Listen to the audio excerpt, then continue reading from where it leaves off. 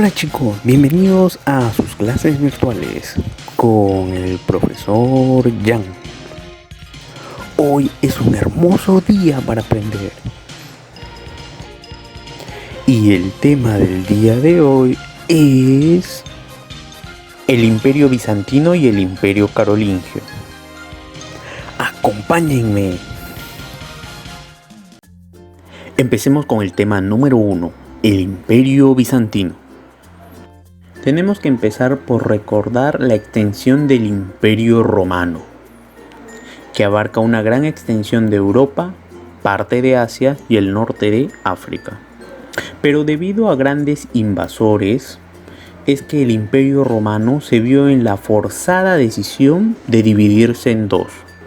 Por un lado el Imperio de Occidente, con capital en Roma, y por el otro lado el Imperio de Oriente, con capital en Constantinopla. En un inicio van a sufrir la invasión de muchas tribus que van a proceder desde Asia y el norte de Europa, pero sin embargo van a salir victoriosos y así poder asentar las bases de su cultura. Hablemos sobre el emperador más poderoso y el cual ha tenido una mayor importancia e influencia dentro del Imperio Bizantino. Estamos hablando de Justiniano. Uno de los grandes aportes de Justiniano es en el derecho, debido a que organizó el Código Civil de Justiniano, que es una clasificación y reedición de muchas leyes romanas que se habían escrito durante la época del emperador Adriano, y que iba a servir para poner orden y justicia dentro de este nuevo imperio bizantino, que recuerda, es considerado el heredero del imperio romano. Por otro lado, Justiniano expandió las fronteras del imperio bizantino. Mucho territorio que había sido perdido por culpa de las conquistas bárbaras, pues él las recuperó. Mira nada más el mapa, recuperó Italia, recuperó ciertas zonas del norte de África e incluso llegó hasta la misma Hispania, o lo que nosotros conocemos como España hoy en día.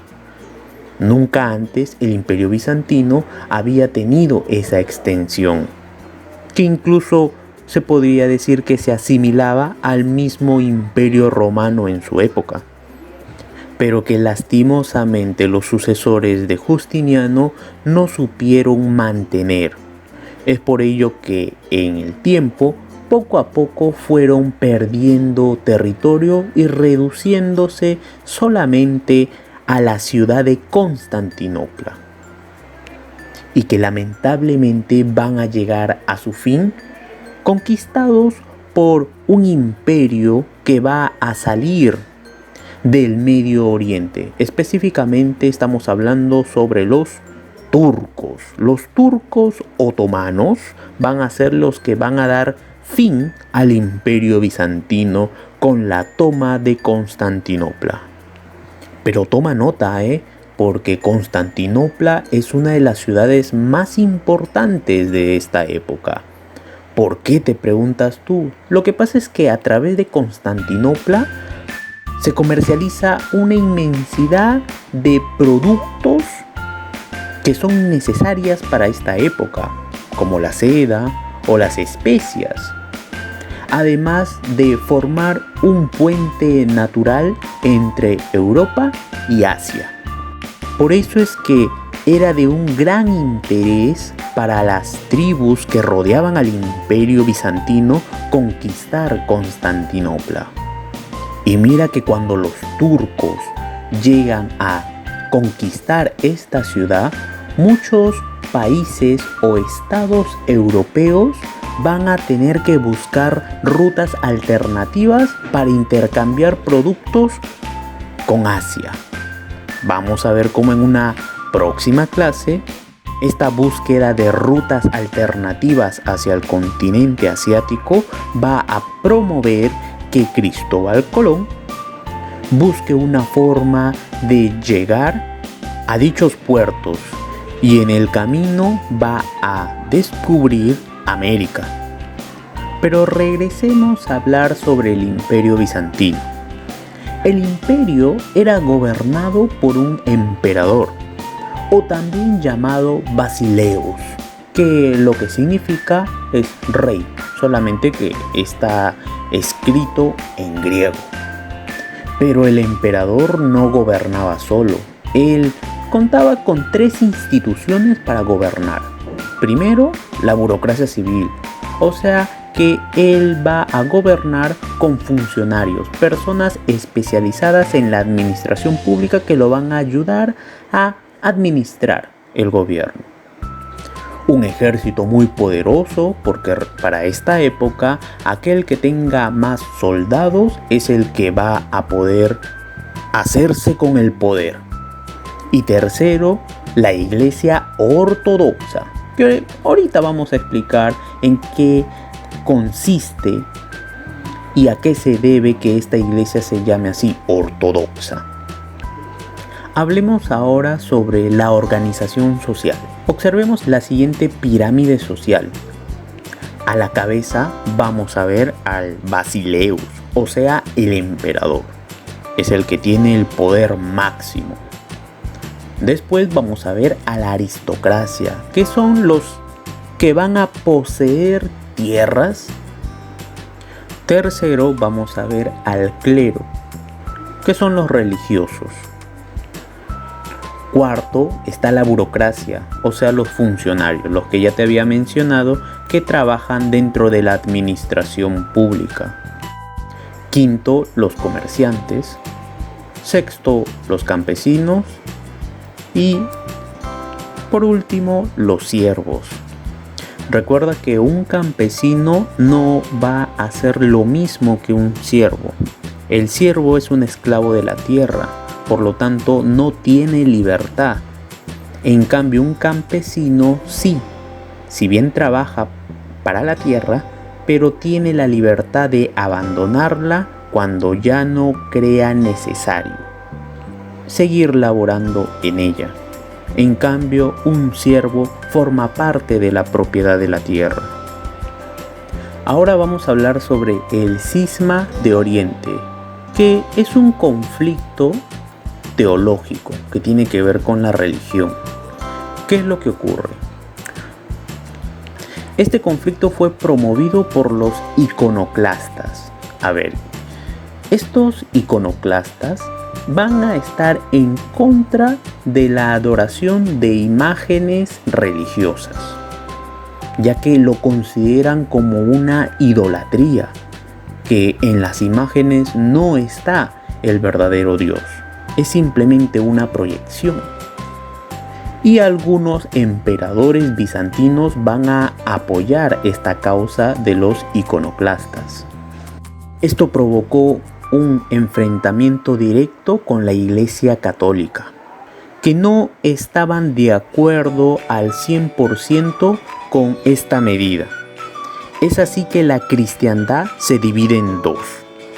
Por un lado, la Iglesia Occidental, que va a tener como jefe supremo al Papa de Roma, y por otro lado, la Iglesia Oriental, o también llamada Ortodoxa, que va a tener como jefe supremo a un patriarca que va a vivir justamente en Constantinopla.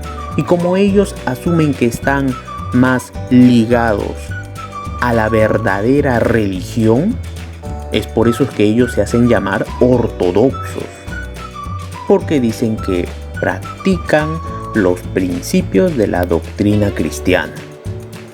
Y la Iglesia Occidental, la Iglesia de Roma, no. Hablemos un poquito de arquitectura, ya que es en lo que también se destaca el Imperio Bizantino. Y la construcción de la Basílica de Santa Sofía es una muestra de ello. Este es un templo religioso que representa a Cristo y a la Virgen María, y que por dentro es muy colorido, pero con unos cimientos rígidos que han sabido aguantar el paso del tiempo. Actualmente la Basílica de Santa Sofía se encuentra en la ciudad de Estambul, actual Turquía. Como te dije, fueron los turcos los que conquistaron el Imperio Bizantino. Es por eso que actualmente se encuentra en Turquía. Así que si en algún momento llegas a tener la oportunidad de ir a Turquía, recuerda que también estás pisando territorio bizantino. Un imperio que duró 1000 años y que tanto con su creación se da inicio a la Edad Media, como con su finalización se da por concluida la Edad Media y se da paso a la Edad Moderna. Ahora hablaremos sobre el tema 2, el Imperio Carolingio. ¿Recuerdas cuando hablamos de que el Imperio Romano se había dividido en dos? Imperio Romano de Oriente y el Imperio Romano de Occidente. ¿Qué sucede? El Imperio Romano de Occidente terminó por caer en manos de los bárbaros. Cabe recalcar que para esta época el término bárbaro no significa salvaje, sino significa extranjero. Toda aquella persona que no era romano era considerado un bárbaro. Pues muy bien, muchas tribus bárbaras invadieron la zona occidental del Imperio Romano. Es por ello que vamos a ver diversas tribus que se van a asentar en todo lo que había pertenecido al Imperio Romano. Se van a asentar los bárbaros llamados francos, tal y como puedes ver ahora en el mapa, que es la actual ubicación del país de Francia. Ahora entiendes a qué viene el nombre Francia, por la tribu bárbara franco. Te aconsejo que siempre tengas en consideración el mapa de Europa, ya que vamos a ver muchos imperios, tribus, reinos que van a estar ubicadas en Europa. Así que a estudiar mucho y ubicarnos en este mapa de Europa. El primer rey franco fue uno que se llamó Clodoveo, pero si bien él inició la dinastía franca, los reyes francos no fueron muy eficaces en la administración de su nuevo territorio. ¿Qué es lo que pasa? Estos reyes no estaban tan acostumbrados a hacerse responsable. Por ello es que también son conocidos como los reyes holgazanes. Y se dio un acontecimiento desde el sur. Por España van a llegar los árabes y van a intentar conquistar el reino franco.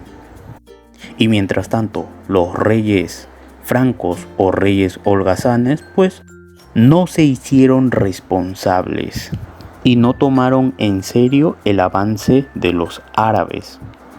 Es por ello que al ver la falta de actividad por parte de estos reyes, un mayordomo, o sea, un gran señor con muchas tierras, no vayas a confundir el término mayordomo con servidumbre, que es un error que muchos cometen. Volviendo al tema, un mayordomo, un gran señor feudal llamado Carlos Martel, va a hacerle frente a los árabes y los va a derrotar. Por eso es que los árabes solamente llegaron hasta España, nunca pisaron suelo francés, porque fueron detenidos por Carlos Martel en la batalla de Poitiers en el año 732. A pesar de que los árabes eran una tribu muy poderosa, que habían conquistado una gran parte del territorio africano hacia el norte y parte de Asia. Finalmente, el nieto de Carlos Martel va a hacerse con la corona del territorio de los reyes francos. Estamos hablando de Carlomagno, quien va a fundar la dinastía carolingia. El término dinastía es lo mismo como si dijéramos familia. Hay que recordar también de que Carlomagno va a ser coronado por el Papa de Roma. y fue el gobernante más importante de su tiempo.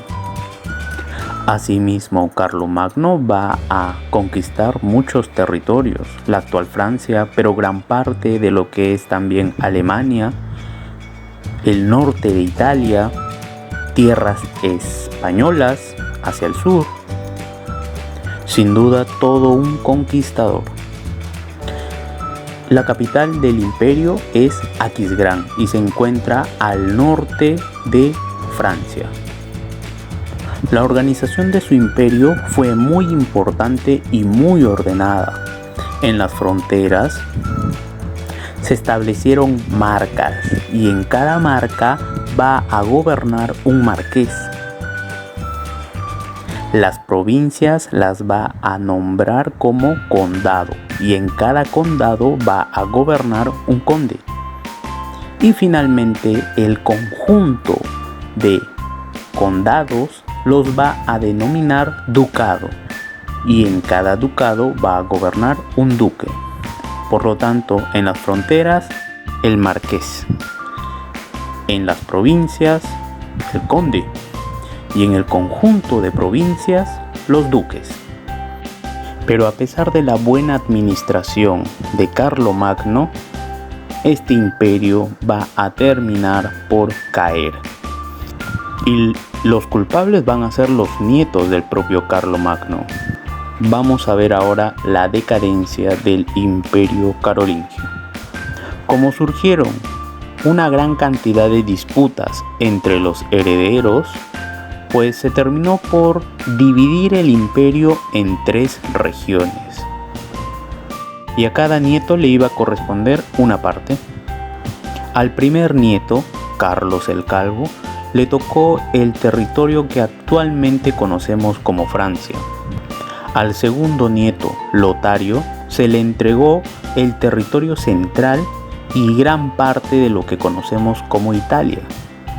Y al último nieto, Luis el Germánico, se le entregó los territorios que actualmente se ubican en Alemania. Hubo una parte en el lado oriental que quedó sin ningún tipo de gobierno. Esas zonas quedaron como regiones autónomas y en cada uno se formaron pequeños reinos que después se van a unificar y van a formar lo que nosotros vamos a llamar como el CIRC, el Sacro Imperio Romano Germánico, así como las tierras de Carlos el Calvo, que va a terminar convirtiéndose en el Reino de Francia. Este acuerdo entre los 3 nietos de Carlomagno quedará inscrito en el Tratado de Verdún. Y aunque el imperio carolingio se haya esfumado, no hay que olvidar los grandes aportes que tuvieron. El ascenso de los señores feudales, la creación de una caballeriza, el nombramiento de caballeros, asimismo como la aparición de las doncellas. Pero sobre todo no olvidar el modo de producción feudalista, ya que la base del sistema productivo eran los campesinos y los siervos. Recuerda lo que te dije, un campesino no es lo mismo que un siervo. Si bien el campesino trabaja la tierra, aún posee su libertad. El siervo no tiene derecho, está ligado a la tierra. Si un señor feudal regala su tierra, la regala con todo y siervos. El campesino puede irse cuando él desee. Y sobre todo no olvidar que durante el imperio carolingio se afianza el poder del rey con el poder de la iglesia. Va a tener mucha influencia en los monarcas que surjan durante la Edad Media. Y eso ha sido todo por el día de hoy. Espero hayas prestado mucha atención y hayas aprendido nuevas cosas. Me alegra mucho que hayas aprendido algo nuevo hoy. Pero como yo sé que te encantan las tareas, te daré gusto. Tu tarea es la siguiente.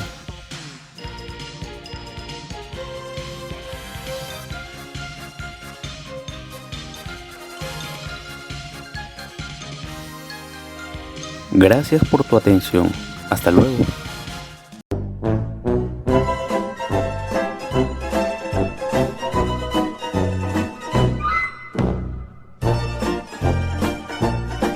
Besitos, besitos, chao, chao. Yeah!